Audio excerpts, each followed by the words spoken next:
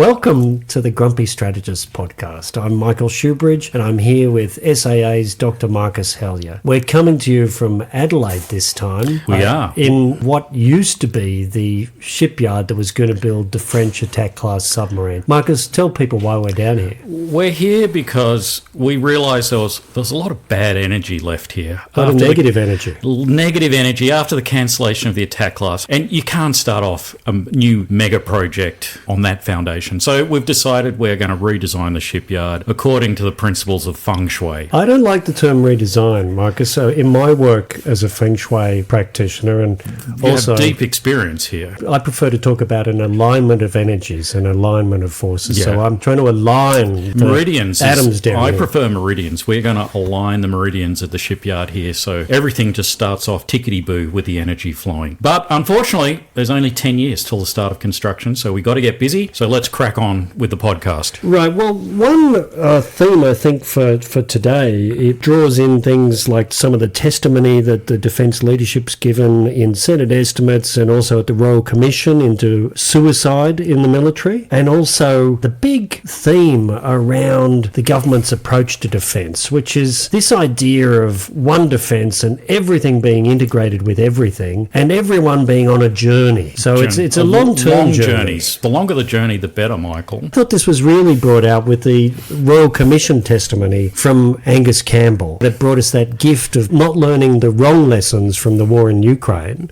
but his description of why nothing has happened under his tenure or the tenure of the other current service chiefs to reduce suicide in the military and veteran community, I think demonstrates this approach to defence as a journey that never ends. Have you got a little quote that would tell us that? Yeah, so I'll pull out one quote and I'll refer our listeners to a piece by Christopher Dorr in the Nightly, which I think really pulls a lot of these themes together. And Christopher Dorr quotes the CDF, and the CDF trying to explain why things were so bad. And he said part of it is that story of disaggregated federation moving to aggregated integration. Part of it is the underlying story of data visibility and connectability. Part of it is the compartmented nature of elements of our data and our approach to care. And so to me, underpinning that is this view that at some point everything will be integrated. We'll have a single source of data. We'll have it all at our fingertips, and then we'll actually be able to do something. But until then, we're not there. We're still on this journey, and it's that, I think, very undermining idea of one defence that came out of the first principles review under the Abbott government, which is everything's complex, but if we can get our hands around it in one defence, one source of truth, one culture, one innovation system, one everything, then we'll reach nirvana.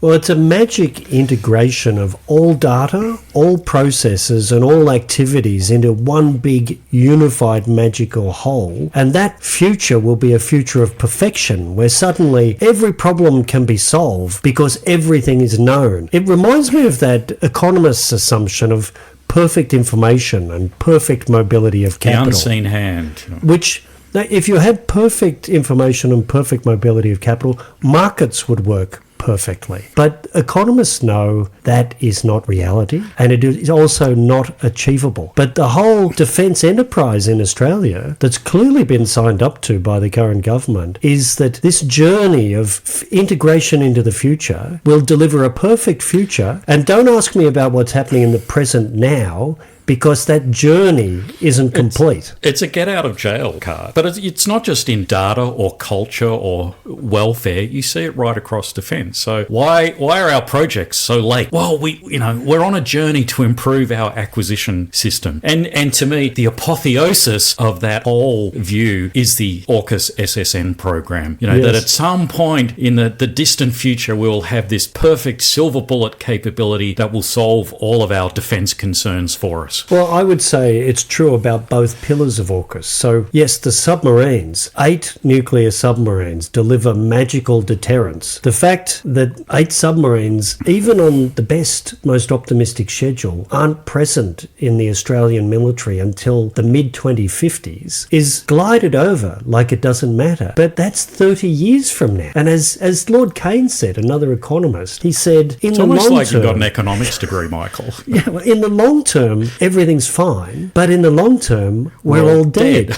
Because he knew what happens in the short term matters. And this abstraction about the future means an unaccountability for anything happening now. Well, I have to say, Michael, I'm sort of a bit down at the moment because it's almost like words don't matter anymore. You see the words that come out of defence, words used by ministers, words used by the burgeoning AUKUS booster movement. Words don't matter anymore. And not only do words not matter, but numbers don't matter anymore. Dollars don't matter anymore. Once you say SSNs are going to cost $368 billion, no other number matters because it's tiny in comparison. Well, and what a wonderful political thing for the government to put this massive number out there in the public, which is, again, a hazy future number made up of a whole lot of smaller numbers between now and 2054. But by putting this enormous number out, they've done two things. They have made an assertion that they have an enormous commitment to Australia's security. It's because big. it's a very big It's number. not a mega project, it's a giga project. Yep. The fact that almost none of that will be spent during this term of government or even the next, that doesn't matter for this symbol of 368 billion. But the other thing they've done is devalue every other number smaller than that as it applies to defence. And maybe this is the time just to talk about the Apache helicopter program, which in past years there would be an enormous interest in how $5 billion of Australian taxpayer money in a defence budget that's $52 billion, how that might be spent. That's 10% of an annual budget. But there's no interest in that $5 billion, and there's no interest in even understanding why on earth the Australian Army is going to get attack helicopters when the US Army has just killed its future attack helicopter program because it sees them as obsolete. Well, so by the time our listeners hear this, my next piece will be up on the SAA website looking at the Apache issue, and that's exactly right. It used to be $5 billion was real money, and you could expect from the government spending $5 billion of public funds on a program, whether it's health, defence or anything, infrastructure. A bridge. You would get some explanation of why something that on the surface looks obsolete, anachronistic. By day 2 of the war in Ukraine, essentially attack helicopters had been grounded, or if they were used, it was essentially as this sort of kind of poor man's artillery. Well, they're not attack helicopters when they've got to stay way behind the front lines and be protected by everything else, are So they? you would think at least give us some explanation. And Defence has been asked. They were asked at estimates recently to explain. We, in fact, asked Defence to explain. We submitted a media request and got no response. How do you justify $5 billion of value in this program when we can look at the Ukraine building literally hundreds of thousands of UAVs a year, 2 million they're aiming for this year. And 2 million individual drones, but a diversity of drones too. 1,000 different kinds. They Not 1,000 literally drones. want to let 1,000 flowers bloom. And we're going to put all this money into a very small number of helicopters. 29 helicopters. $5 billion. That we know we would lose most of in the first couple of days of any war. But apparently $5 billion is a number too small for the government and defence to bother justifying to the taxpayers. Well, I think these are the abstractions, and the AUKUS has created such an abstract, remote language in such a future nirvana that is 30 years from now, and it's being talked about by people like the Deputy Prime Minister Richard Marles like it's the answer to our security now. So he just gave this speech up in Sydney. Perhaps we can have a quick look at that speech, because I think this idea that words no longer matter anymore is embodied by this speech. And I have to say, if this was a call to arms, it certainly wasn't Henry V's St. Crispin's Day speech on the eve of Agincourt. I mean, I'm not seeing Australians, responding to a call here. I mean, this was a bureaucratic kind of speech to the max. Well, it was a speech that was suitable to the world of the 1990s. Back then, our big defence plan was to enter more partnerships with Southeast Asia, defence cooperation agreements with the Philippines, Indonesia, Malaysia, Singapore. And when we signed a document, we celebrated it because it was further progress of us deepening our partnerships. This speech is like that. It talks about further profound improvements in relationships like the one with Singapore and the Philippines. It doesn't talk about helping the Philippines resist the violent intimidation and coercion from the Chinese that are water cannoning Filipino vessels, ramming their vessels, and trying to steal their territory. It's far more abstract and general, and it's as if words are changing the world. But And the more words, the more change. Yes, let me give you one big example. So he talks about a new defence agreement between Australia and Indonesia as transformative. Yes. So it's not just profound, this is transformative. He doesn't mention that the new Indonesian president-elect, the current Defence Minister, Prabowo, has made his first visit as the new Indonesian president-elect, and that was to Beijing, where one of his primary goals was to enhance military cooperation between Indonesia and China. That, to me, is more transformative and more profound than signing a document between Australia and Indonesia. This is the unreality that is laced through Richard Marles' speech. But the other thing I really don't understand in this speech is the government keeps referring back to the Defence Strategic Review, the DSR, to justify the things it's doing. But one of the key things out of the DSR, following on from the previous government's Defence Strategic Update, is we need to do more sooner. We don't have years and years of warning time. 10 years warning time is gone. It's urgent. Everything is urgent. And minimum viable capability. Epochs of 1, 2 and 3 epochs. And yet in this speech, Marles says, well, the people, the critics of AUKUS miss the point. In fact, he says they lack wit. Well, I'll give you the quote. Let's not verbal the poor man. There's no need. Well, let's hear his actual words. Some commentators have been fixated on the precise level of Australia's defence capability in the short term in the event of a worst-case contingency. This analysis lacks wit. It misses the point that no middle power in the Indo-Pacific is solely capable of developing or deploying the scale or breadth of military forces that powers like China and the US can. It's not the strategic cat we're trying to skin. Australia's challenge lies in the future beyond this. And so you're right. He has just shot both feet off the profound strategic direction that he set in his defence strategic review. Because the near term apparently doesn't matter. Because, well, we'll rely on the US. So the big game is actually the longer term. So but again, it's this future journey into this abstract, fully integrated, perfect world of perfect information when defence can then make perfect decisions, whether it's about serving or veteran suicide or capabilities or culture or recruiting. The problem with this future perfect world is we are not on a path to create it. The ADF's recruiting is beyond crisis now. They are below replacement level. If they were a country, they would be worried about dying out. We would be Japan or Korea. Yes. We'd be going backwards. So, and as the minister was speaking, the Navy announced that they were decommissioning HMAS Anzac the Navy in May. literally is going backwards. So the fleet is failing in numbers. The ADF is failing to even replace itself, let alone grow. And the minister's right that the precise level of Australia's defence capability in the short term is something he doesn't want to fixate on because nothing is improving about our military capability in the next 10 years. Isn't that the job of the defence leadership, is to make sure we have capability and to improve capability, particularly in the short term? This is why I'm saying words no longer have any meaning. You've used the D word a couple of times already today, Michael, deterrence. And it's everybody's favourite word at the moment. But when you sort of start looking at how it's being used, well, deterrence traditionally is about two things. It's about capability and intent. Well, first of all, we've now said we're not really concerned about capability in the short term. And we certainly don't want to give any signalling about intent. We certainly don't want to tell China we might be doing something to push back on their illegal claims in the South China Sea. We're doing everything. Signing pieces of paper. We will sign pieces of paper, but we will not send a ship or ships to the Red Sea, but we also will not send a ship or ships to help the Philippines push back against physical violence from the Chinese military and Coast Guard in Philippines sovereign territory. So the words don't matter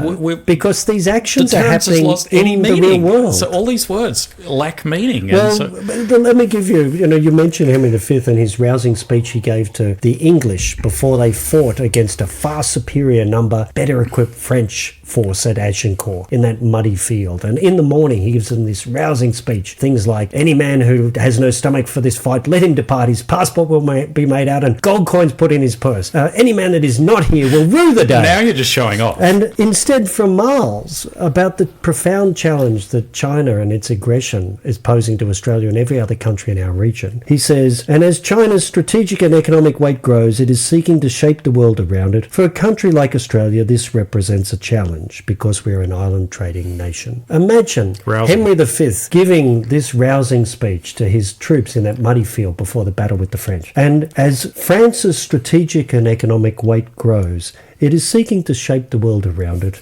For a country like England, this represents a challenge. Very challenging. I think history on that day at Agincourt would have been different. So, all right, maybe we should move on from those speeches. One thing I'd like to just mention is Australia and the UK signed a Status of Forces Agreement. Which is, again, transformative. But again, it's one of those amazing, transformative, treaty level, it's huge and big. But below those transformative words and the self-assessed transformative nature of it, tell me about what the UK's actual level of military capability and activity is in the Indo-Pacific. Well, I'll just give a call out to John Blackburn, retired former Deputy Chief of Air Force, who posted something drawing attention to the contradiction here. And so he referred to the UK Parliament's report on its so-called tilt to the Pacific. And last year, the UK Parliament unfortunately pointed out that so far virtually nothing had happened in the UK's tilt to the Pacific. So essentially only a modest presence, little to no fighting force in the region, and little by way of regular activity. And the UK's defence tilt to the Indo-Pacific is far from being achieved. So once again, we have one of these disjunctures between words and reality. We've got this amazing new transformative agreement, but the UK doesn't actually have anything here. And I do have to say that I am rather sceptical that the so-called Regional Submarine Force West, which is meant to start in 2027, and there'll be a almost permanent deployment of a UK SSN here. I just cannot see that happening. No, I think the theme that we're on here is the increasing gap between the official words and pronouncements, not just from Australia, but from the UK as well, and the reality of what is happening. And there is a profound transformative problem there. What transformation needs to happen is a connection back to the real world. And in the real world, China's military is increasingly aggressive and it is increasingly better equipped. And our military is in a very parlous and degrading state. That is the situation for at least the next 10 years under the current plans that this government and the Defence Organisation have. That is a jarring disconnect that we must fix. Yes, well, and there are people who are actually calling these things out. Now, you can like the AUKUS SSN program, you can have views on whether we will actually ever get any Virginia-class submarines from the US, but at least the US Navy is kind of calling some of these things out. So there was some media attention this week to a report put out by the US Secretary of the Navy, Del Toro, which inconveniently pointed out that all of their major shipbuilding programs were late. Some of this by years. And some of this was old news. So the fact that the average delay to their SSN program is between 2 and 3 years, that's not actually new, but it is an example of your goldfish syndrome of every few weeks or months we seem to, we're surprised by all is not going well in the US submarine program. But there were some other things there, like their new frigate program, which was meant to be their cheap and cheerful frigate to get fast, ships into. Cheap and cheerful program. That's over 3 years, and that was new news. So what I like at about least this, calling these things out. Whether they can fix it, however, is a separate issue. But you don't hear from the US Navy chief or even the head of NAVSEA, US NAVSEA, Admiral Downey, that they're on some journey and that with further integration of better data in the future, everything will be fine. So don't be fixated on the short term. At least these US officials officials seem to have a connection to reality in the world, which is something that our ministers and our senior defence leaders are failing to demonstrate. Yeah, that reality is not necessarily a good one. So Admiral Downey, the commander of NAVSEA, which is essentially the US Navy shipbuilding entity, apparently in a media report told reporters today that workforce attrition has continued and has continued in the negative direction. That's a fancy term for gone backwards. Yes, it's bad. In multiple regions. In some places, it's doubled from where it was at the beginning of the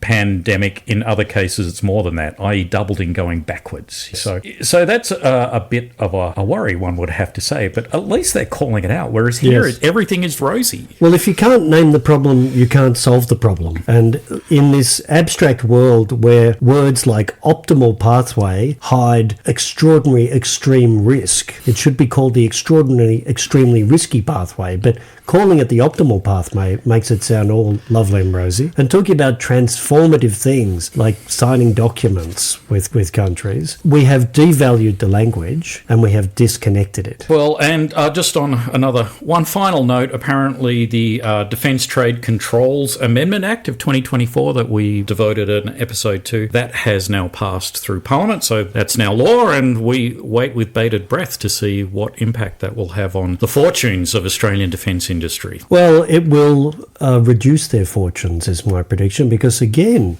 it's part of this mystical abstract journey. In this case, it's to a unified whole ecosystem of defence industry and regulation across the US, UK and Australia, which is another magical nirvana that will never occur. So by the time we record the next episode, Mr. Miles will have released the National Defence Strategy. And this will be yet another collection of words that doesn't now just seek to unify the whole of defence in some integrated future journey, but it will go big and say that it's a holistic unification of the entire Australian national effort around defence purposes, which I already know is going to be unbelievable and incomprehensible because defence can't get its own act together. No, we trying to orchestrate the rest of the country is ridiculous. We not just have to wait for defence to get all of its ducks in a row, which has not occurred. It's a journey. We now, every other agency, we've started a bigger. Have to get its ducks in a row. You can already hear we're starting a bigger, even more profound transformative journey. And the only actual physical manifestation of this journey will be yet another pile of words in yet another government document that hides the decline of our military capability. So it is time to live in the real world and to talk honestly with the Australian people. Marcus, I think we're out of time. I've just got to do a little bit more feng shui work. And I didn't tell you, but I've brought something from the 80s along because the 80s and 90s is the world that the government's living in on defence. So I have the Peter Brock energy polarizer here to use at the shipyard. Well, maybe we should power our submarines with it. I'm going to get to work. All right. Thanks, Marcus.